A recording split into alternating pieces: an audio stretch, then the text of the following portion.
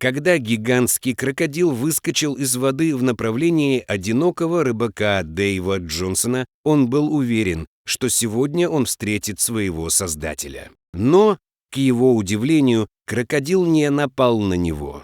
Вместо этого, казалось, он хотел, чтобы Дэйв последовал за ним. Этому животному нужна была в чем-то помощь. Весь сценарий был просто причудливым. Но когда Дэйв увидел, к чему привел его крокодил, все сразу обрело смысл. Не пропустите ни одной новой истории. Дэйв не может перестать думать про себя, какое глупое решение он принял, следуя за этим крокодилом все глубже и глубже в болото. Ему следовало просто убежать к своей машине, когда у него был шанс. Но опять же, кто знал, как отреагировал бы на это гигантский крокодил. Но все эти мысли улетучились у Дэйва из головы, когда крокодил внезапно перестал двигаться и повернулся в направлении Дэйва. Его сердце остановилось. Неужели он только что последовал за этим животным прямо в ловушку? Но потом Дэйв увидел это. Теперь все обрело смысл. Почему крокодил привел его сюда? Ему нужна была его помощь, и как можно скорее. Но куда крокодил привел Дэйва? В чем ему нужна была его помощь? И сможет ли Дэйв на самом деле ее предложить? Все знали, что Дэйв Джонсон любил рыбалку больше всего на свете, но мало кто понимал истинные причины этого. В 55 лет он начал ценить спокойные моменты, когда мог просто сидеть, сложа руки и расслабляться. Несмотря на то, что он обожал свою семью, была одна вещь, о которой Дэйв никогда не хотел, чтобы они знали. Дэйв работал долгие недели, чтобы прокормить свою большую семью.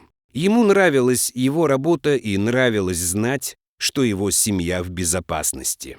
Но у него все еще был небольшой секрет, который он держал при себе. Несмотря на то, что Дэйв любил рыбалку, отчасти это ему нравилось потому, что позволяло ему оторваться от семьи и побыть немного в одиночестве. Дэйв не хотел, чтобы кто-нибудь из его семьи понял, что он не хочет, чтобы они ходили за ним по пятам. Поэтому он нашел уединенное место для рыбалки в лесу, где, как он знал, его жена и дети не захотят присоединиться к нему. Маленькое озеро было великолепным, и там даже был небольшой рыбацкий причал. Но это не делало это место райским. Во Флориде болота могут быть опасны. Там были странные насекомые и дикие животные, которые могли появиться внезапно. Но Дэйв не слишком беспокоился о рисках и опасностях. В конце концов, он кое-чему научился, проводя так много времени на свежем воздухе. Может быть, в конце концов, ему следовало бояться больше. После многих лет рыбалки Дэйв повидал немало тварей и животных на своем веку. Он держался подальше от крокодилов и других тварей, и они тоже оставили его в покое. Не похоже было, что они были заинтересованы в том, чтобы находиться рядом с ним. Но не все чувствовали то же самое, что и Дэйв. Когда в новостях начали освещать недавний рост числа случаев наблюдения крокодилов в той части Флориды, где жил Дэйв, он не обратил особого внимания. Он решил, что просто будет избегать их, как и в любой другой раз, когда он столкнется с крокодилом во время рыбалки. Но жена Дэйва сказала нечто совершенно иное по поводу сложившейся ситуации. Жена Дэйва пыталась убедить его больше не ходить на рыбалку до тех пор, пока крокодилы не перестанут встречаться в этом районе. Она даже предложила предоставить ему гостиную, чтобы он мог посмотреть телевизор в одиночестве, если он просто хочет расслабиться без посторонних. Дэйв не прислушался к ее опасениям. Это была его первая ошибка. Дэйв не хотел проводить весь день взаперти в доме. Он планировал свою поездку на рыбалку на целую неделю и отказался слушать, что скажет его жена. Позже он вспоминал тот момент и задавался вопросом, не с этого ли все пошло наперекосяк. Дэйв был уверен в своих навыках туриста. Он верил, что будет в безопасности, даже если ему будет угрожать животное. Он мало что знал о крокодилах, но знал достаточно, чтобы поверить, что проблем не возникнет. Когда пришло время уезжать, он медленно начал собирать свои вещи, уверенный, что во время поездки на озеро ничего не пойдет не так. У Дэйва было больше времени подумать о том, что сказала его жена, и о ситуации с крокодилами. Он не слышал о том, чтобы кто-то на самом деле пострадал, и в конце концов убедил себя, что, вероятно, это просто новости, раздувающие шумиху из ничего. Но он не мог быть дальше от истины. Дэйв расслабился, как только припарковался. Он собрал свое снаряжение и направился к пирсу, чтобы начать приводить в порядок свое любимое место для рыбалки. Он был так занят приготовлением удочек и выдвижением стула, что даже не заметил, как что-то в воде приблизилось. Дэйв был в восторге от того,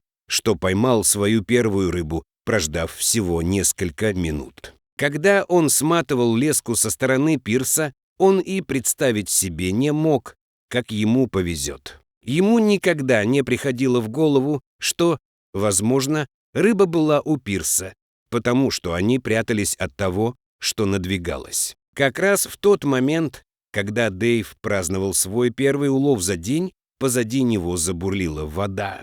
У него даже не было времени обернуться, прежде чем огромное существо выпрыгнуло из воды и вцепилось в пирс. Дэйв застыл в шоке и подумал, не станет ли это последним моментом в его жизни. Дэйв зажмурил глаза так крепко, как только мог. Он знал, что не сможет переплыть крокодила, и не было никакого способа бороться с этим, когда он все равно просто упадет в воду. Он просто закрыл глаза и постарался выглядеть как можно более безобидным. Но потом ничего не произошло. Дэйв, наконец, набрался смелости открыть глаза. Крокодил был там, где приземлился, смотрел на него и ждал. Не было похоже, что он готовился к нападению, но Дэйв знал, что животное может стать агрессивным в любой момент. Он должен был что-то сделать. Рядом с крокодилом был кусочек открытого пирса, на который можно было пролезть только одной ногой. Дэйв подумал, что, возможно, ему удастся проскользнуть мимо, не задев крокодила. Но как только он попытался пошевелиться, крокодил отреагировал, и то, что он сделал, остановило Дэйва как вкопанного. Крокодил издал рычащий звук, который заставил Дэйва замереть прямо там, где он стоял. Крокодил не казался расстроенным больше этого. Очевидно, он не собирался отпускать его, но и не пытался напасть на него. Дэйв понятия не имел, чего хочет животное. Это что играло с ним. Дэйв глубоко вздохнул и стал изучать крокодила. Он попытался очистить свой разум и поискать какие-нибудь подсказки о том, о чем думает животное. Он не был уверен, что заставило его это сделать, но медленно протянул руку, чтобы посмотреть, как отреагирует крокодил. Он казался почти счастливым. Дэйв сделал шаг вперед с протянутой рукой, и крокодил, казалось, придвинулся ближе. Он держал руку вытянутой, пока крокодил не оказался достаточно близко, чтобы дотронуться. Медленно он положил ладонь на нос крокодила. Когда Дэйв посмотрел на животное, ему показалось, что крокодил был доволен. Но затем крокодил начал разворачиваться.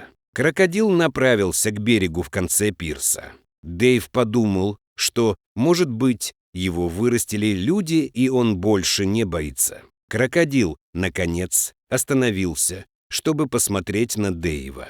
Даже спустя минуту или две он не отвел взгляда. Ожидал ли крокодил, что он последует за ним? Когда Дэйв нерешительно сделал шаг вперед, крокодил снова направился к берегу. Дэйв продолжал следовать за ним, а животное продолжало ждать его, прежде чем снова двинуться в путь. Казалось, оно сосредоточилось на какой-то растительности поблизости. В конце пирса Дэйв увидел свой грузовик и понял, что может убежать к нему.